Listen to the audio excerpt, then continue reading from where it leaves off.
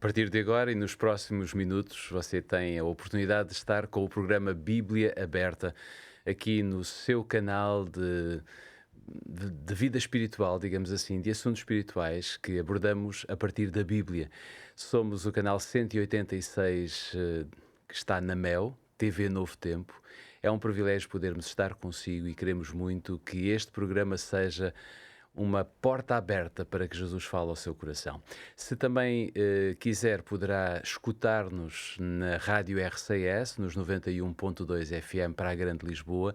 São estes os dois modos de comunicação consigo, muito embora se não conseguir estar connosco no canal 186 da Mel, na TV Novo Tempo ou mesmo na Rádio RCS, poderá seguir este programa, o programa Bíblia Aberta, através do nosso YouTube, do YouTube da Novo Tempo. É sempre muito bom podermos voltar à sua presença, estarmos consigo durante alguns minutos. Estivemos consigo na semana passada, repetimos a nossa presença aqui na TV para abrirmos juntos a Palavra de Deus. Comigo tenho sempre alguns colegas, alguns amigos que vêm para poderem participar, para nos oferecerem também parte do seu conhecimento, daquilo que foi o estudo da Bíblia ao longo da semana. Tenho comigo o Pedro Esteves. Olá, Pedro, mais uma vez. Obrigado por estares connosco. Repetimos a Inês. Olá, Inês, mais uma vez. A semana passada estiveste connosco e é sempre um privilégio receber-te aqui no programa. E hoje temos um estreante, o Mário Oliveira, médico, e está connosco para nos ajudar também a descobrir, através da Bíblia, o que Deus tem para nos dizer, sobretudo este personagem, o personagem Josué. Espero que você esteja pronto para abrir a sua Bíblia. Nós aqui vamos fazê-lo de imediato. Vamos abrir a Bíblia porque é a partir dela que nós vamos encontrar o tema desta semana. E acima de tudo, o tema deste episódio leva-nos até alguns herdeiros da promessa, que de alguma maneira também foram prisioneiros de esperança. E é isso que nós vamos ver. E eu gostava de começar por ler uma passagem que não está em Josué, mas está no livro de Deuteronômio. No capítulo 1 de Deuteronômio, nós vamos ler o versículo 8, que nos diz: Eis aqui esta terra, eu a dei diante de vós, entrai e possuí a terra que o Senhor jurou a vossos pais, Abraão, Isaque e Jacó, que a daria a eles e à sua semente depois deles. Se formos agora a Josué capítulo 14, nós vamos encontrar aqui também uma passagem bastante interessante, já nas palavras de Josué, quando diz, a partir do versículo 1, 14, versículo 1, diz que isto, pois, é o que os filhos de Israel tiveram em herança na terra de Canaã, o que Eleazar, o sacerdote, e Josué, filho de Num, e os cabeças dos pais das tribos dos filhos de Israel lhes fizeram repartir, por sorte da sua herança, como o Senhor ordenara pelo ministério de Moisés, acerca das coisas, ou acerca das 9 tribos e da meia tribo. Inês, o livro de Josué, sem dúvida que tem sido um livro extremamente interessante de estudar ao longo desta temporada, mas eu diria que tem aqui uma parte que são muitas listas, muitos nomes, tem muitos detalhes da distribuição das terras entre as várias tribos, porque elas eram 12, não é? Existe alguma relação ou algum propósito para que fosse assim, para que seja assim? E talvez ao mesmo tempo perguntar-te já se nós podemos dizer que no conceito teológico elas têm razão de existir e por isso nós não devemos deixar de as ler, não é? E ao mesmo tempo retirar delas conclusões importantes para a nossa vida hoje. Sim.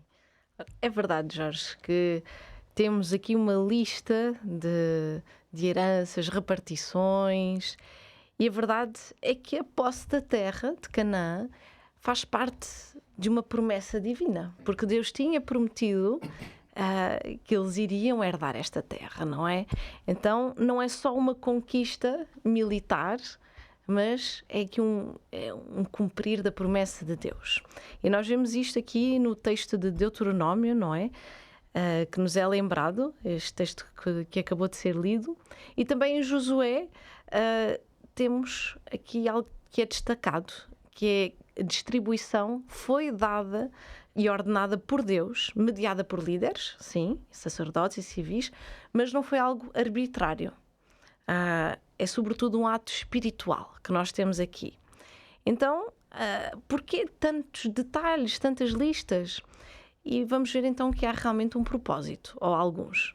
Um primeiro propósito é o cumprimento da promessa de Deus, porque nos mostra que Deus é fiel, Deus cumpre o que prometeu, em primeiro lugar já a Abraão, não é? A Isaac e a Jacó, e agora a terra prometida tornou-se uma realidade para cada tribo. Também temos aqui a ordem e a justiça. Aqui a distribuição foi à sorte, não é? Mas isto mostra-nos também que Deus é imparcial e ao mesmo tempo que é Ele que está a dirigir. Não foram os homens que escolheram, temos um Deus que dirige e cada tribo tem a sua função e o seu lugar. Aliás, deixa-me só relembrar um bocadinho o episódio da semana passada em que nós vimos Caleb a reclamar junto de Josué esta ideia que tinha sido Deus que tinha prometido e ele só vinha reclamar o que Deus tinha prometido, não é? É verdade. E nós vemos isto. A promessa de Deus está a cumprir-se. E Deus distribui. Confiem em mim, não é? São estes conceitos que nós já tínhamos falado um pouco na semana passada. E isto também vai falar um pouco da identidade destas pessoas, destas tribos, porque agora vão ter um lar, não é? Então estão a formar a terra de Israel. Então tudo isto tem um sentido por detrás, não é? E por outro lado, sobretudo este conceito da herança é importante. É um conceito teológico, mas é herança. Deus dá por herança. Então é muito importante lembrar-nos que Deus é um Deus que cumpre as suas promessas. Ele distribui e isto é também sinal da aliança entre nós, entre este povo e Deus. Um Deus que prometeu, um Deus que cumpre. É um Deus que provê e guia também o seu povo. E nós hoje também podemos e precisamos de nos lembrar que temos um Deus, que é o mesmo Deus que cumpriu estas promessas, é o mesmo Deus de hoje. E as heranças, a herança que eles receberam na altura, esta terra prometida, é também a herança que nós estamos à espera da nossa terra prometida que vai chegar e podemos então ter a certeza da vida eterna. Por isso, tudo isto é fundamental para nós hoje. Então vale a pena ler, reforçar estas certezas também na nossa vida. É porque quando vemos este conceito de herança que está muito associado a estas terras, a esta distribuição, precisamos lembrar que ainda hoje é curioso e o ambiente, o contexto social que nós vivemos é tão diferente, mas ainda hoje o conceito de herança está diretamente ligado ao conceito de filiação. Só recebe uma herança quem tem pais, quem pertence a alguma coisa. Alguém que não pertença, alguém que tenha a infelicidade de não ter pais ou não ter família, não tem herança para receber. Porque é como se está cortado de um passado. A ideia de que, há uma herança que vais receber é um sinal, não é só o valor da terra e do bem material, é sinal que tu pertences a alguém. Esse conceito de pertença, eu vou receber porque tenho um pai, no caso isto estava diretamente ligado a Deus, porque não era geracional, é muito significativo. A ideia de que Deus olha-nos como filhos e, portanto, nós temos uma herança para receber, não é porque merecemos. Porque essa é uma das características. A herança não é uma coisa meritocrática. Ninguém trabalha para ter uma herança. Alguém trabalhou para eu poder receber uma herança. O que quer dizer que a herança é graça. Isso é dádiva de Deus. É dádiva. Por isso há uma mensagem, se quisermos aqui uma ligação teológica, há uma mensagem que é a mensagem do Evangelho, que é a ideia que tu vais receber uma coisa que não mereces. Que é isso que é uma herança por definição. Eu acho que nesta cultura, na cultura hebraica, há também uma outra, e na cultura destas gerações, havia uma outra identidade. A terra identificava, e a terra como dádiva tinha um significado de liberdade. Quando a pessoa tinha terra, quando uma cultura, quer dizer, uma civilização conquistava uma terra, o que é que acontecia aos habitantes? Eram tornados escravos. Portanto, perdiam a liberdade. E, portanto, Deus, ao dar uma terra, também está a dar-lhe uma noção de liberdade muito importante. Muito interessante. É, muito interessante. A Inês falava aqui de lembranças, digamos assim. Pedro, eu acho que nós temos que voltar um bocadinho atrás, Sim. digamos assim, quase que, mesmo ao início, se quisermos. Eu gostava de pegar em 3 passagens de Gênesis, portanto, vamos saltar de Josué para o livro de Gênesis, porque é muito importante. Neste livro nós vamos encontrar aqui como é que tudo começou. E logo em Gênesis, capítulo 2, versículo 15, diz que o Senhor Deus tomou o homem, colocou-o no jardim do Éden para o lavrar e o guardar. Portanto, quando o homem nasceu, basicamente, estas foram as funções que Deus lhe deu.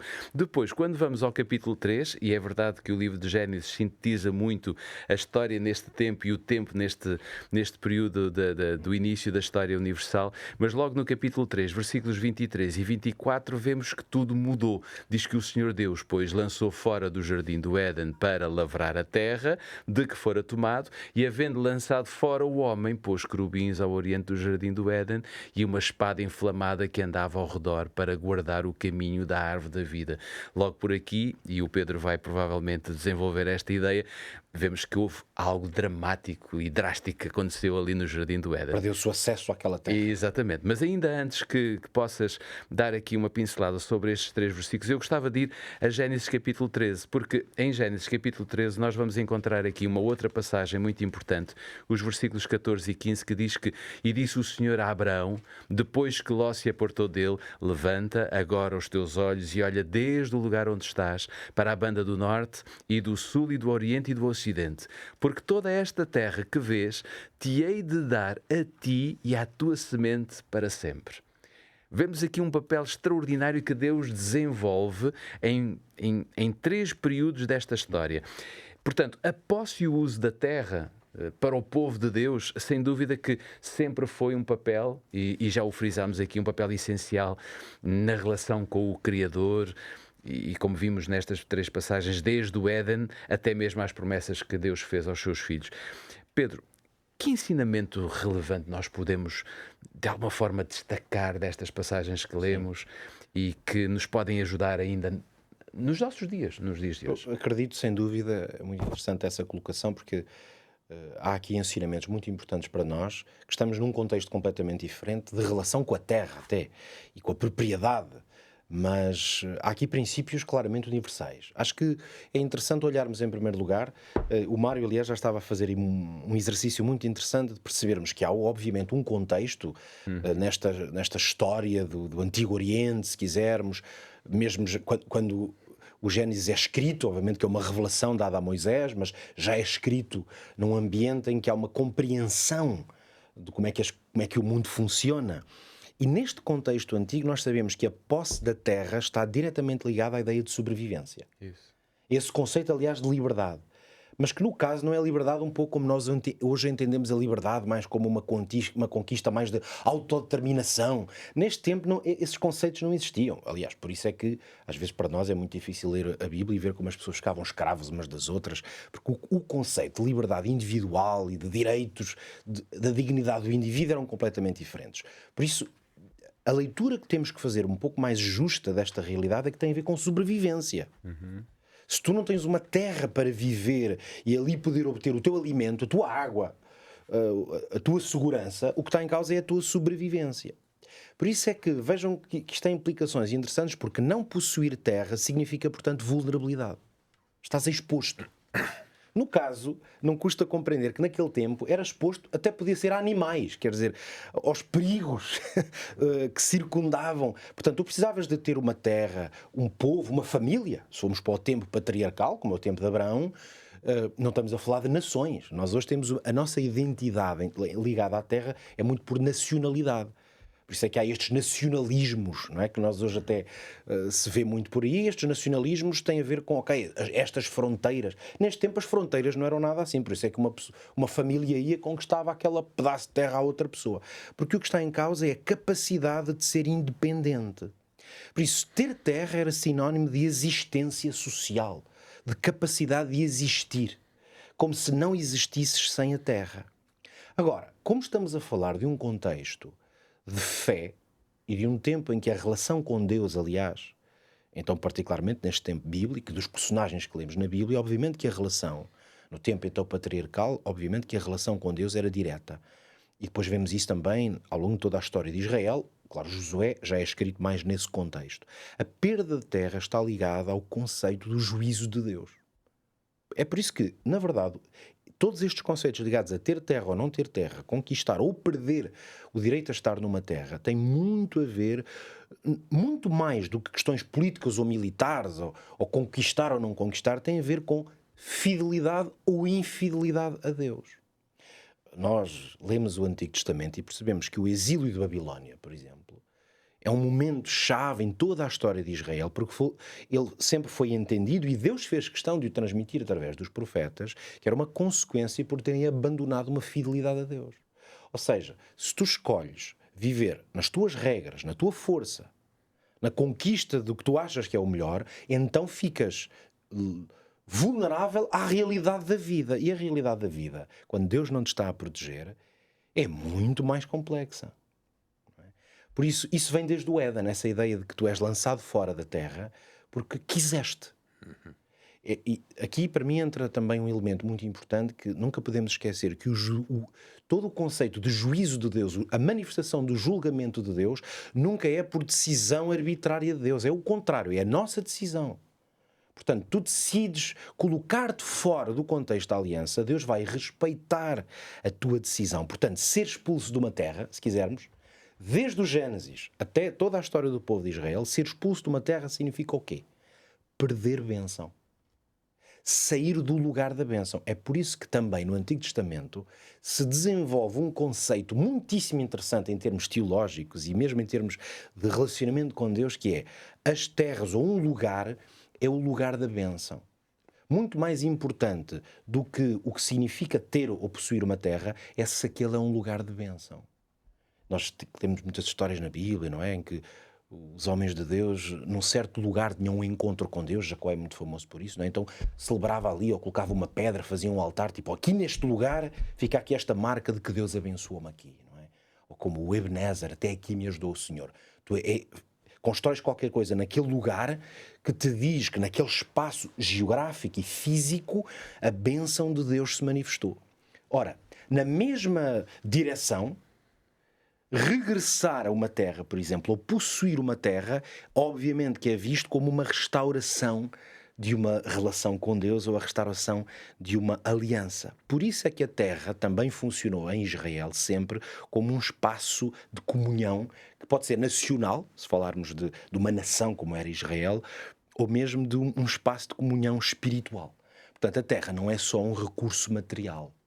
Hoje, no tempo que vivemos, que é um tempo de propriedade privada, portanto, nós compramos aquela terra, é um direito, passam-nos um papel, nós pagamos por aquela terra, portanto, é um conceito de uma propriedade privada que nos pertence, é um objeto. A terra, nesse aspecto, cada pedaço de terra, não é? Nós medimos-lo no tempo em que vivemos, sobretudo nas cidades, nós medimos isto em metros quadrados, não é? Porque o metro quadrado é tão caro, ainda por cima, não é?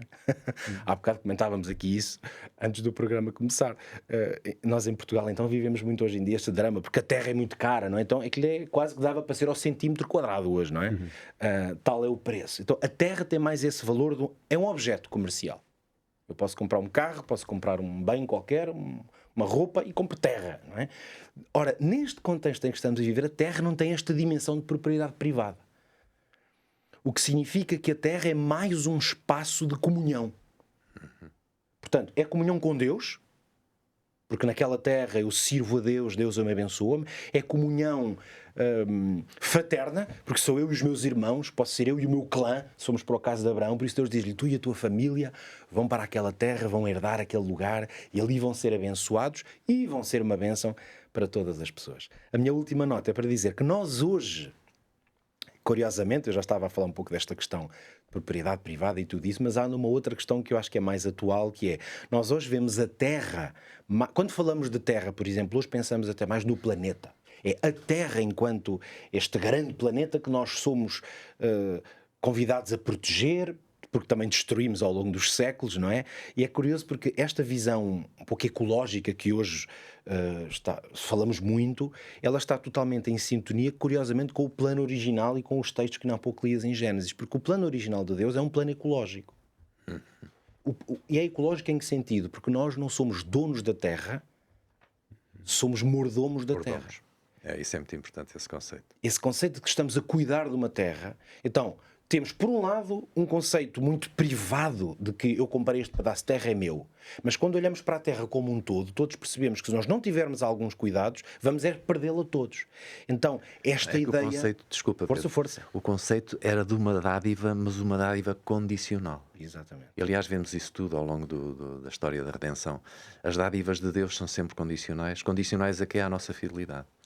Então, os exílios que existiram sempre ao longo da história estão sempre relacionados com a falta de lealdade a Deus. Quando nós perdemos quando nós somos desleais para com Deus, perdemos a dádiva. E temos essas consequências. Claro. Por isso, termino a minha reflexão com o Salmo 24 e o versículo muito conhecido: o Senhor é a terra e a sua plenitude, o mundo e aqueles que neles habitam. Ou seja, tudo é dele, mas nós estamos a administrar essas coisas. Claro. E é muito curioso que a promessa agora no futuro para nós hoje é que nós vamos herdar uma terra, não é? Numa primeira fase, não uma terra que seja dentro deste planeta, digamos assim, mas depois haveremos de voltar a este planeta porque ela será uma herança que o Senhor Deus vai dar definitivamente a todos nós. Muito bem, vamos avançar. Ainda temos aqui algumas questões muito interessantes para vermos nesta perspectiva deste episódio. Eu gostava agora de poder ir até Êxodo capítulo 3 e no versículo 8 nós vamos encontrar aqui uma ideia que diz que, portanto, desci para livrá-lo da mão dos egípcios e para fazê-lo subir daquela terra e uma terra boa e larga, a uma terra que mana leite e mel, ao local do Cananeu, do Eteu, do Amorreu, do Ferezeu, do Eveu e do Jebuseu. E quando vamos a Hebreus, porque Hebreus depois vai atestar muitas das coisas que aconteceram no passado, quando vamos a Hebreus capítulo 11 para lermos o versículo 13, nós encontramos que todos estes morreram na fé, sem terem recebido as promessas, mas vendo-as de longe e crendo nelas e abraçando-as, confessaram que eram estrangeiros e peregrinos na terra. Esta ideia é também muito interessante. Nós temos aqui, Mário, vários ensinos que a Bíblia nos dá. Estes ensinos mostram-nos que há uma ligação muito especial que Deus tem com o seu povo e até mesmo entre Deus e os conceitos que o povo tem, que o povo vive. E o povo sempre foi e sempre será a menina do olho de Deus. Nós não podemos nos esquecer desta ideia. É o próprio Deus que nos dá esta ideia e por isso é que Ele também nos promete uma terra, enfim, muito especial. Estará esta ideia, digamos assim, relacionada com o facto de nós olharmos para a Bíblia e vermos que no passado todos os homens foram como que peregrinos nesta terra e esta ideia ainda existir, nós ainda somos hóspedes e peregrinos nesta terra? Tens esta ideia também? Eu tenho esta ideia. Como já vimos, quer dizer, a terra tem um caráter tipológico. A terra começa no estudo das primeiras coisas com Adão, como já vimos também. Adão foi posto na terra, foi posto no Jardim do Éden, não é? Isso. Era a terra da criação. Depois, na escatologia, exatamente a mesma coisa. No estudo das últimas coisas, temos a terra prometida, a Nova Jerusalém. Também é a terra. Quer dizer que a terra é o local de bênção, como já vimos. É o local da dádiva de Deus, mas lá está, a dádiva que temos é uma dádiva sempre condicional. Se nós fizermos um estudo, digamos, da história da redenção, o que vemos é que o primeiro exilado foi Adão e Eva, foi expulso do jardim, como já falou Pedro, e depois continuou, e todos os seus descendentes estiveram à espera da bênção da terra. Não veio com Noé. Noé foi, enfim, o primeiro que reiniciou a criação, digamos assim. Depois... Ficou com a terra toda para ele? Ficou com a terra toda. Sim, ele era proprietário de tudo. Depois vieram os patriarcas, não é? E houve um que foi chamado para quê? Para ir, foi Abraão, não é? Como já vimos, foi para uma terra, eu vou-te levar para lá, vou-te levar, mas tu vais esperar 4 gerações, tu não vais herdar aquela terra, vão ser os teus descendentes, e nós ficamos assim, mas por que não? Depois há um texto quase intrigante que diz porque ainda não se encheu a medida da iniquidade dos amorreus, dos cananitas, daqueles habitantes da terra de Canaã, ainda não se tinha enchido. Então Deus esperou esse tempo todo para que os descendentes de Abraão pudessem regressar à terra prometida. E depois foi já com Moisés, naquele discurso de Deuteronômio, que, enfim, que é dada, que se passa para a dádiva da terra, para a promessa da restauração, que é concretizada exatamente como vimos por Josué. E então, o que é que nós vemos nisto? É que as dádivas de Deus são sempre condicionais. Invariavelmente o homem tem-se afastado, afastou-se Adão, afastaram-se todos os outros, e Deus vai chamar o pecador. Vai chamar Abraão, estabelece com ele um pacto, não é? Depois vai chamar Moisés, no fim desses 400 anos, vai chamar Moisés para libertar o povo, mas sempre com aquele conceito tipológico de terra, que a terra é a bênção que Deus promete ao seu povo. Hoje, passados estes 2000 e tal anos da vinda de Cristo, nós temos exatamente a mesma questão. A terra prometida, nós vivemos, como diz a lição, somos herdeiros da promessa, não é verdade? Somos prisioneiros dessa esperança, mas somos uns prisioneiros voluntários, não é? Quer dizer, da esperança da nova terra. E vivemos com a certeza de que um dia vamos estar também com essa bênção, agora já depois da morte de Cristo, aceitando o seu sacrifício, vivemos nessa terra sem a hipótese de errar, sem a hipótese de ser desleais, porque já vimos tudo o que aconteceu e já vimos que não adianta voltar para trás. Quer dizer, temos a certeza de que vamos viver uma vida eterna na nova terra, mais uma vez possuindo a dádiva de Deus. E por isso nós nos consideramos estrangeiros e peregrinos nesta terra, não é? Seremos sempre estrangeiros e peregrinos, como foram, e como diz o texto tão bonito de Hebreus, que, portanto, todos eles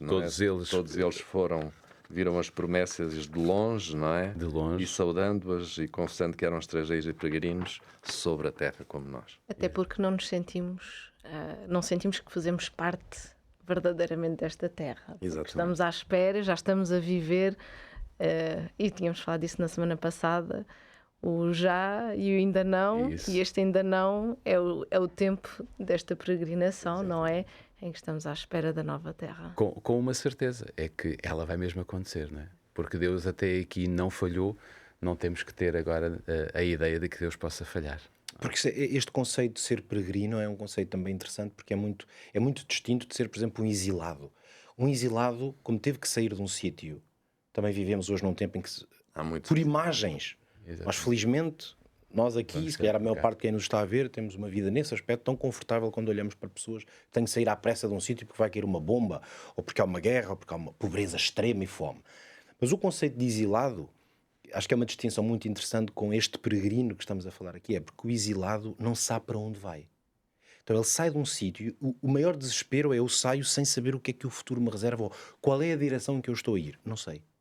Mas o peregrino sabe para onde vai. Então, tem um objetivo. Tem um objetivo, há um propósito. Okay, isto aqui não é fácil, caminhar e andar por aqui, mas isso é exatamente onde quero chegar. Então, esse objetivo orienta muito a nossa vida. Por isso é que queremos na terra que está prometida, é um sentido de orientação brutal, que nós não andamos à deriva. Sabemos para onde vamos e estamos a caminhar para lá. Eu até diria que é um privilégio sermos peregrinos da terra prometida. Não é? Exatamente, é um grande privilégio. Muito bem, nós estamos hoje a falar dos herdeiros da promessa, estamos a falar daqueles que são prisioneiros desta esperança, mas que acreditam verdadeiramente que um dia esta promessa agora, para este tempo, o Senhor Deus vai cumpri-la, de certeza absoluta. Nós temos que fazer aqui um curto intervalo, não saia do seu lugar, continue com a sua Bíblia aberta, porque vamos continuar esta conversa que está a ser deliciosa. Até já. TV Novo Tempo, o canal do sábado, o canal da esperança. Retomamos para a segunda parte do programa A Bíblia Aberta. Saiba que pode estar connosco através do canal 186 da MEL, TV Novo Tempo Portugal. Poderá escutar-nos diariamente, 24 sobre 24 horas, também na Rádio RCS, nos 91.2 FM, para a Grande Lisboa. E se porventura não conseguir nenhum destes meios, poderá visitar o programa Bíblia Aberta através do nosso canal do YouTube. Antes de continuarmos a nossa conversa, eu tenho algo para lhe oferecer. Tenho aqui um guia de estudo da Bíblia que é muito interessante. É um guia de estudo que permitirá que você possa compreender um pouco mais o que Deus espera e o que Deus quer de si. O tema principal deste guia de estudo é Deus me ouve, e aqui nesta revista, neste guia de estudo, você vai encontrar alguns temas como qual o poder que a oração tem na nossa vida, igualmente também como é que nós podemos ver a oração e a vontade de Deus. São temas muito atuais, temas que podem de alguma forma fazer a diferença e poderão nos dar muitas respostas a algumas dúvidas ou até muitas dúvidas que possam existir. Será que Deus nos ouve? Esta é uma pergunta que muitas vezes nós fazemos. Será que Deus nos ouve? Então, olha, se precisares de ajuda, tem aqui, é um guia de estudo muito interessante que poderá dar-lhe resposta a estas e a muitas outras perguntas sobre a oração. Basta que envie um WhatsApp para o 933 939291, 933 939291, e alguém do outro lado da linha irá atender o seu pedido e irá enviar-lhe gratuitamente para a sua casa este guia de estudo que, sem dúvida, permitirá que você compreenda a vontade de Deus para a sua vida. Muito bem, meus amigos, vamos voltar outra vez à conversa, porque o tempo é curto, mas ainda temos aqui muitas coisas sobre esta ideia de andarmos a peregrinar e sermos peregrinos nesta esperança. Eu gostava, se vocês não se importarem, de abrirmos agora a Bíblia em Josué capítulo 13, porque Josué capítulo 13, versículo 1 tem estas palavras que diz que era, porém, Josué já velho, entrado em dias, e disse o Senhor: já estás velho, entrado em dias, e ainda muitíssima terra ficou para possuir. Depois, quando vamos ao versículo 6 e 7 deste mesmo capítulo, capítulo 13, diz que todos os que habitam nas montanhas, desde o Líbano até Misrefot-Maim, não é um nome tão comum para nós hoje, todos os sidónios, eu os lançarei de diante dos filhos de Israel, tão somente faz que a terra caia a Israel em sorte por herança, como já te tenho mandado. Reparte, pois, agora esta terra por herança às 9 tribos e à meia tribo de Manassés. E depois, dando um salto àquilo que Paulo registou em 2 de Coríntios, capítulo 1, lendo o versículo 20, capítulo 1 de Coríntios, de 1 de Coríntios, versículo 20, diz que por todas quantas promessas há de Deus, são nele sim, e por ele o amém, para a glória de Deus e por nós. Inês, as promessas da posse da terra prometida, eu diria que cumpriram-se para Israel no fim de muitos anos, de 4 décadas, como já vimos, de 4 gerações de exílio, mais de 400 anos, mais de 40 anos no deserto. E ainda assim, Deus diz que havia muita terra ainda para distribuir, ou seja, havia muitos desafios. O que nos diz isto sobre o papel humano que, de alguma forma, existe em nos apropriarmos das promessas de Deus? É interessante que este primeiro texto aqui em Josué, que foi lido, mostra-nos que após tantos anos já de conquistas, a promessa ainda não estava plenamente realizada. Terminada, não é? Porque ainda havia terra a ser tomada. E ao mesmo tempo Deus... não era pouca. Não era pouca, havia muita terra a ser tomada, e ao mesmo tempo Deus diz: eu os lançarei. Por isso nós vemos já o lado de Deus que diz: sou eu é que estou a tomar conta disto, eu é que estou a realizar estas promessas. Aliás, Okay. deixa-me só dizer, nessa ideia que estás a dar é muito interessante, porque ele vai tranquilizar o próprio Josué. Josué, tu estás velho, não é? Já estás entrado em dias, uma coisa que em dias já não vais participar muito mais, mas não te preocupes, eu estou cá, não é? Mas ainda assim ele tem que participar, não é? Sim, é verdade, é verdade. E é esta parte que é a parte humana, porque exige a ação humana. E Deus trabalha sempre em cooperação com o homem. Não trabalha sozinho e nós não podemos trabalhar sozinhos também. Há sempre este trabalho de equipa que Deus quer, porque Deus é um Deus de relação e quer que nós aprendamos também a viver em relação com Ele, mas também com os outros. E aqui Deus vai dar a parte de Josué, que ele também vai ter ainda de repartir as coisas, vai ter de trabalhar ainda um bocadinho, apesar de ser já idoso. Se calhar não da mesma maneira, mas Israel vai ter de continuar a lutar de alguma maneira, não é? E aqui em Coríntios, nós vemos também que Paulo nos diz que as promessas de Deus vão se cumprir em Cristo. E os crentes que dizem amém, na verdade, o que é que isto significa? Que estão a responder com fé e obediência para que Deus seja glorificado. Então, o que é que isto nos ensina sobre o papel humano nas promessas de Deus? Em primeiro lugar, mostra-nos que nós, como seres humanos, precisamos também de nos esforçar de alguma maneira, de termos fé e confiança. Quando Deus diz, eu os lançarei, eu tenho que confiar nessa palavra de Deus, não é?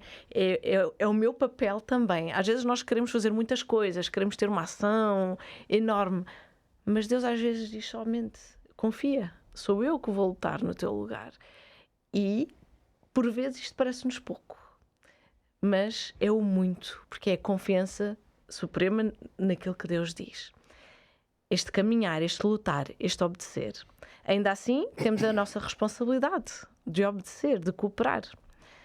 Também nos mostra, estes textos mostram-nos que as promessas de Deus às vezes podem demorar tempo a serem cumpridas. Falamos em 400 anos, mais 40 anos, e vamos voltar aqui à perseverança. Ou seja, elas cumprem-se não no nosso tempo, mas no tempo de Deus, Exatamente. não é?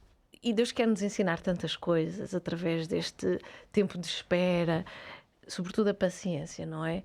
Porque precisamos de aprender a viver no tempo dele e não no nosso. Isso não é fácil para os seres humanos. Nós queremos que as coisas se passem no agora, imediatamente, quando eu imaginei, e não daqui a 300 anos. Bom, isto também é culpa deles, não é? Algumas, não os 400 anos, mas aqui esta parte do deserto já não é da responsabilidade inteira de Deus. Mas, ainda assim, foi um processo e eles tiveram de confiar nesta caminhada até chegarem à terra prometida, não é?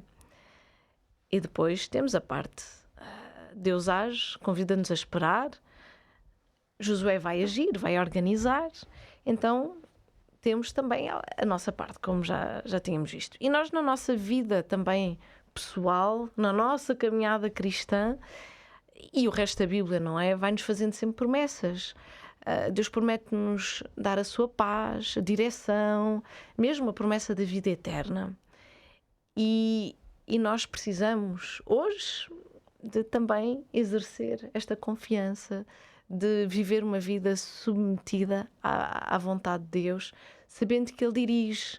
Estas mesmas lições e experiências de vida que o povo estava a experimentar e a aprender naquela altura, são as mesmas que Deus quer que nós possamos aprender, porque isto só nos vai enriquecer em matéria espiritual. Vamos ter uma vida pacífica, porque se eu confio em Deus, eu sei que Ele toma conta de mim, eu sei que Ele tem a minha vida, ou que eu tenho a minha vida nas suas mãos, e eu sei que tipo de Deus eu tenho, porque se eu confio neste Deus, eu sei que é um Deus que libertou, é um Deus que me ama, é um Deus que tem projetos para mim. Então, como uma música que eu gosto muito diz, pode cair o mundo, mas eu estou em paz. E eu acho que é esta a bênção maior que Deus tem para nós. Apesar das circunstâncias, como é que está o meu coração? Esta paz que o mundo não pode dar é a paz que Deus pode dar. E é isto que Ele quer trabalhar em cada um de nós. Mas nós precisamos de fazer a nossa parte. E o que é esta nossa parte? Não são coisas grandiosas, mas é esta submissão, esta obediência, esta perseverança, constância na nossa relação com Deus. Não é sempre fácil, mas é fundamental e é o que nos é pedido para também tomarmos posse da nossa herança que Deus nos quer dar. Aliás, eu olho muito para aquilo que estás a dizer e lembro muitas vezes aquilo que eu digo, que a nossa relação com Deus é como se fosse um namoro, não é? Em que nós nos apaixonamos pela outra pessoa e o que nós mais queremos é estar com ela. Não é? Nós não deixamos de trabalhar, nós não deixamos de estudar, não deixamos de fazer as coisas, mas queremos estar com ela. E para que recebamos de Deus as suas bênçãos, nós precisamos estar com Ele. Não é? Ok, vamos avançar. Temos agora aqui uma outra perspectiva. Queria só dar aqui uma pequena... Força. Eu acho muito interessante este aspecto, porque nós, quando começamos a ler o livro de Josué, eu fico impressionado com o chamado de Deus para ele é ser forte e corajoso.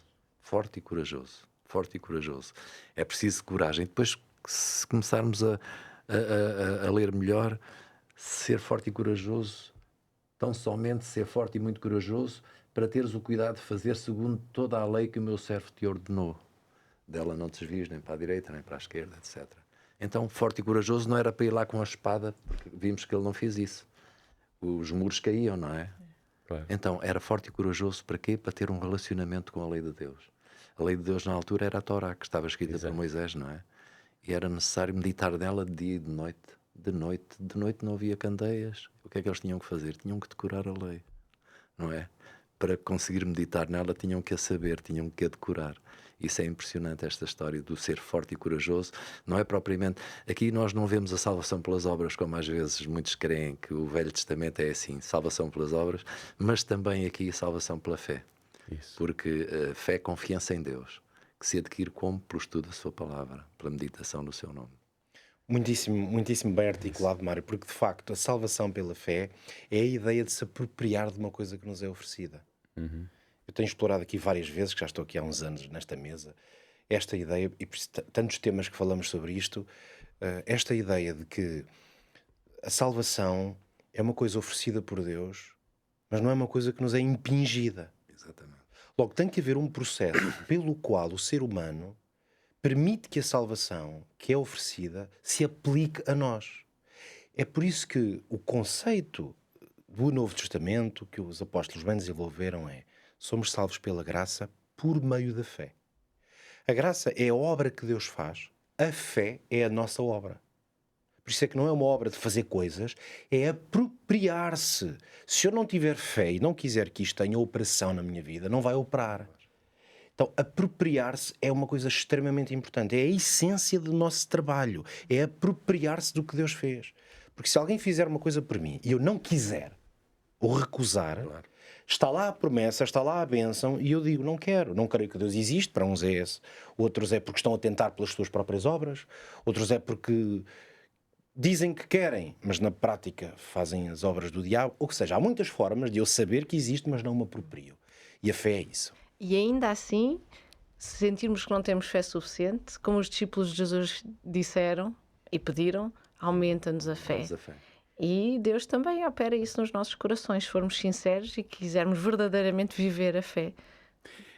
Sem dúvida. Como aquele pai que pediu: aumenta a minha fé. Exato, exato. Pegando aqui numa ideia que a Inês deixou aqui no ar, que o tempo de Deus é uma parte que Ele gere, nós temos que viver no tempo de Deus. Neste tempo que Deus vai preparando este povo e que o vai instalando nas terras, há duas passagens que eu queria que nós pudéssemos ler agora, que estão escritas no livro de Levítico, no capítulo 25, porque nós aqui vamos ver o que é que Deus pretendia neste tempo estabelecer também com o povo. Então, no capítulo 25, versículos 3 e 4, nós podemos ler que 6 anos semearás a tua terra, 6 anos podarás a tua vinha e colherás a sua novidade. Porém, ao 7º ano haverá sábado de descanso para a terra, um sábado ao Senhor. Não semearás o teu campo, nem podarás a tua vinha. E quando vamos mais à frente, ainda no capítulo 25, mas nos versículos 10 a 13, diz que: e santificareis o ano 50º e apregoareis liberdade na terra a todos os seus moradores. Ano de jubileu vos será. E tornareis cada um à sua possessão e tornareis cada um à sua família. O ano 50º vos será jubileu.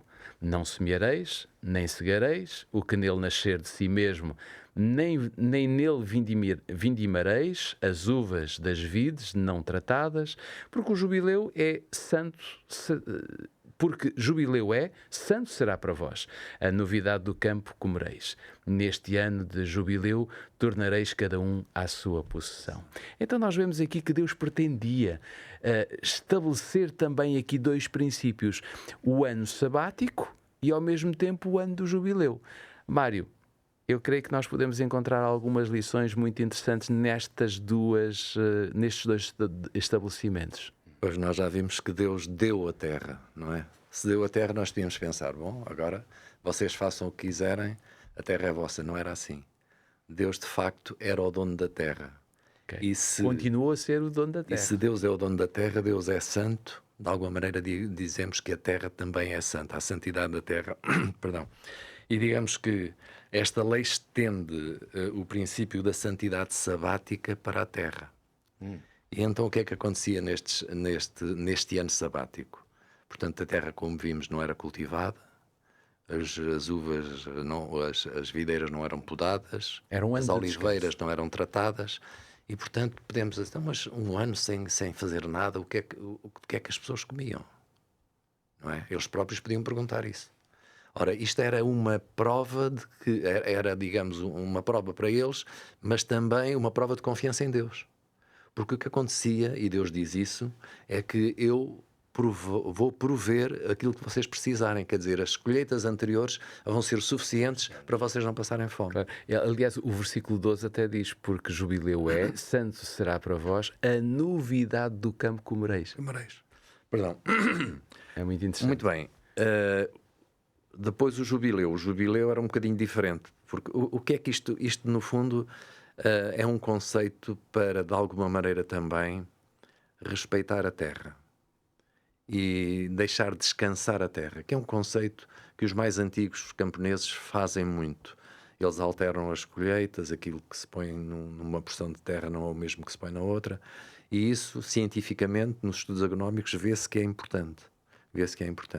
Embora hoje haja, porque vivemos numa sociedade onde o lucro é necessário e é preciso ganhar cada vez mais, e explora-se a terra até à exaustão, não é? E para isso tem que se usar produtos que não são os mais indicados para nós, porque isso tem muitas implicações, inclusivamente na alimentação. São os fertilizantes e tudo isso, os químicos que se utilizam. E associados a isso também o problema das pragas, que estão associadas às culturas intensivas, etc. Aqui não havia nada disso. Havia um ano de descanso em que se deixava a natureza, digamos, recuperar da exaustão das colheitas. E ao fim de 7 períodos, 7 vezes 7 são 49, chegávamos ao ano do jubileu. E no jubileu acontecia ainda outra coisa. Além de haver um ano sabático também, ia acontecer a mesma coisa. Então aqui a gestão da terra era feita para preservar que a terra pudesse ficar nas famílias a quem tinha, nos descendentes das famílias a quem tinha sido distribuído. Pois bem, nós vemos que havia a preocupação da parte de Deus que a ganância de alguns não fizesse com que uma minoria e depois uma maioria provavelmente ficasse sem terra, que é o que acontece no mundo de hoje. Há cada vez mais ricos, cada vez menos ricos e cada vez mais pobres, por causa disto mesmo, por causa do assambarcamento. E para que isso não acontecesse, qualquer israelita só podia vender a sua terra num caso de pobreza extrema, por qualquer circunstância da vida. Então ele podia vender essa terra e aquele que a comprava sabia que o comprava de uma forma não permanente. Ele não ficava com aquela possessão permanentemente. Ele, em qualquer altura que um familiar pudesse resgatar a terra, ele tinha que a vender. E o preço seria feito consoante o tempo que faltasse para o jubileu. Se não acontecesse, no jubileu a terra voltava à família que a tinha perdido. E isto para quê? Para que todas as famílias continuassem com a terra, que era o plano original de Deus. O plano original de Deus é sempre extraordinário. Estamos a caminhar para o fim, mas eu ainda tenho aqui uma outra pergunta, uma outra reflexão que nós podemos fazer sobre algo muito interessante, e para isso eu gostava que nós pudéssemos agora sair de Josué, digamos assim, e irmos ao pequenino livro de Tito, que é quase no fim da Bíblia. Se você não se lembrar muito bem onde é que fica, olha, comece do fim para o princípio e vai chegar rapidamente a Tito. E então nós temos aqui no capítulo 2 de Tito, nos versículos 11 a 13, digamos que este ensinamento: porque a graça de Deus se há manifestado, trazendo salvação a todos os homens, ensinando-nos que, renunciando à impiedade e às concupiscências mundanas, vivamos neste presente século de forma sóbria, justa e piamente. E depois termina esta passagem dizendo: aguardando a bem-aventurada esperança e o aparecimento da glória do grande Deus e nosso Senhor Jesus Cristo. Pedro, eu diria que para Paulo, nesta carta que ele vai escrever a Tito, não há dúvidas, não é? Existem mesmo certezas que dar-se-á esta bem-aventurada esperança, digamos, esta promessa do aparecimento da glória do grande Deus, que também é o nosso Senhor Jesus Cristo. A pergunta que eu quero fazer, ou vou fazer duas em uma para tu poderes dar a tua resposta, é, da nossa parte, o que é que falta fazer, não é, para que esta promessa se cumpra efetivamente, para que haja uma nova terra e nós possamos ter a nossa vida, digamos, inscrita nessa terra? Esta é a primeira pergunta e faço já porque o tempo está a correr. Já aqui falámos num outro episódio de escolhas, digamos assim, e eu volto a considerar esta questão. Os nossos confrontos, aquilo que é a nossa vida, as nossas escolhas, têm elas de estar alinhadas nesta grande verdade que a Bíblia nos apresenta? Sim, gosto especialmente desse verbo que utilizaste aí, que é estarmos alinhados. E de facto, a salvação e a obtenção desta promessa maravilhosa de uma nova terra tem muito a ver com o nosso alinhamento. Sim. Ou seja, nós não vamos conquistar esta terra pela força. E neste sentido, nós temos um paralelo absolutamente extraordinário com toda esta experiência que vemos no Antigo Testamento. Temos falado tanto disso aqui a propósito do livro de Josué, porque o povo não conquistava as coisas com base na sua capacidade militar ou outra, porque nem sequer a tinham, não é? Então, essa conquista era feita com base num alinhamento com a vontade de Deus. E é interessante porque a nova terra e estas promessas que são escatológicas, são promessas que têm a ver com os derradeiros acontecimentos e o final da história desta terra como nós a conhecemos, para recebermos aquela herança extraordinária, tem tudo a ver com a forma, precisamente, como nós nos alinhamos. O que eu pessoalmente acho mais interessante nesse texto de Tito que tu leste, nas palavras de Paulo, é que ele diz que nós temos que viver nesta terra de uma certa forma. Portanto, nós não temos que negar a nossa vida aqui e ir todos aí para o mato ou para isolar-nos aí em alguma montanha e ficar ali à espera que Jesus venha ou que a nova terra apareça do céu. Ele diz, nós temos que viver neste presente século, que é uma expressão muito engraçada, não é? Uma tradução um pouco arcaica, não é? A gente já não utiliza muito a expressão século para falar, que tem a ver com o tempo em que vivemos. Ou seja, estou a dizer de cor, ele dizia que temos que viver sabiamente, prudentemente, de forma pia, quer dizer, com santidade. Ou seja, nós estamos a viver nesta terra, não vamos negar a nossa vida aqui. É aqui que está a nossa herança, é aqui que está a nossa família, esta é a terra que nós temos. Temos que viver com sabedoria, temos que trabalhar, temos que lutar até por conquistar coisas para podermos ter uma bênção para os outros e para a nossa família. Tudo isso está certo. Temos é que estar alinhados nessas conquistas e na nossa vida nesta terra com o facto que é a segunda parte, que é só que nós temos uma terra maior que essa para receber. Essa ideia, portanto, de alinhar o que nós fazemos aqui com o que está para vir é, na verdade, se quisermos, a essência de uma mensagem cristã que é puramente adventista. Eu uso o termo aqui intencionalmente, porque estou a utilizar este termo não no seu sentido eclesiástico, por falar da Igreja Adventista. Estou a falar de um posicionamento adventista na vida. E esse posicionamento pode definir-se assim: eu vivo nesta terra, mas preparando-me para a vida que terei na outra. Esse olhar adventista sobre a realidade, curiosamente, Jesus é o grande ponta de lança desta visão. Porque Jesus estava constantemente a apontar para o facto de que ele próprio um dia viria. E dizia aos discípulos para se alinharem com isso. Aliás, o discurso que está em Mateus 24 parece-me ser um dos mais interessantes a esse respeito por causa do seu início. Eu vou terminar com essa nota, porque recordem-se o que aconteceu antes de Jesus fazer todo um discurso sobre a nova terra. Os sinais que apontariam para o momento em que Jesus viria e depois o que é que aconteceria. Só que como é que isso começou? Os discípulos vinham com Jesus, passam ali na porta do templo, que era um edifício absolutamente extraordinário, e os discípulos, diz o texto mesmo, que chamaram a atenção de Jesus, disseram, olha para isto, sim, mestre, olha que magnífico.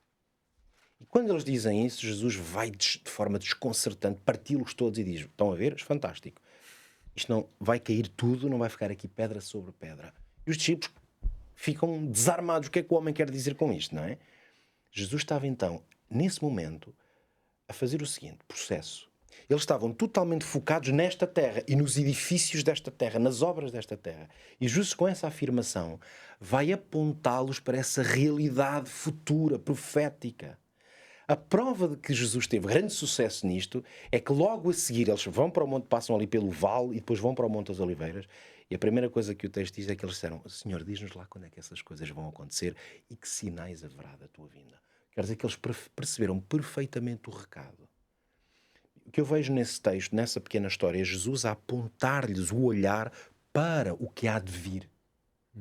Não para o que já aqui está. E é nesse sentido que o olhar de Jesus é profundamente adventista. Está sempre a dizer: não olhem para o que está, é para o que há de vir.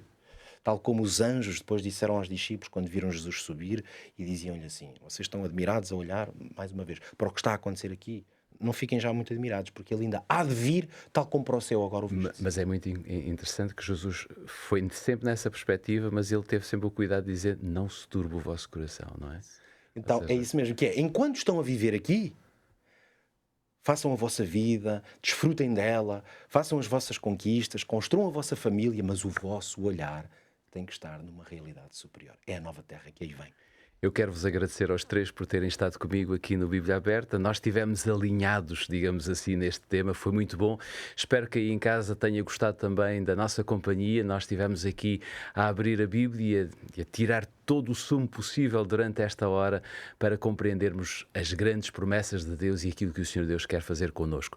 Não queremos ir embora, não queremos fechar este programa sem voltar a repetir que temos este guia de estudo totalmente disponível para si. É um guia de estudo que tem por título Deus me ouve. Ou seja, aqui você vai encontrar vários temas onde poderá compreender o que é a oração. E por que razão o Senhor Deus nos manda orar e orar sem cessar. A oração e a fé, por exemplo, a minha decisão, enfim, há muitas coisas que nós podemos encontrar neste guia de estudo. Eu acredito que ele poderá ser muito útil para a sua fé, para o desenvolvimento da sua fé e por isso, se preferir ter um em casa, então basta pedir através do WhatsApp da Novo Tempo, 933 93 9291. Este é o número de telefone para onde deve pedir este guia de estudo. Se gostou da nossa companhia, então já sabe, da próxima semana, neste mesmo horário, estaremos por cá, teremos muito gosto em abrir a Bíblia consigo, porque é abrindo a Bíblia que nós vamos descobrindo o que Deus espera de cada um de nós. Seja, pois, uma pessoa feliz, viva feliz na próxima semana, com Deus no seu coração.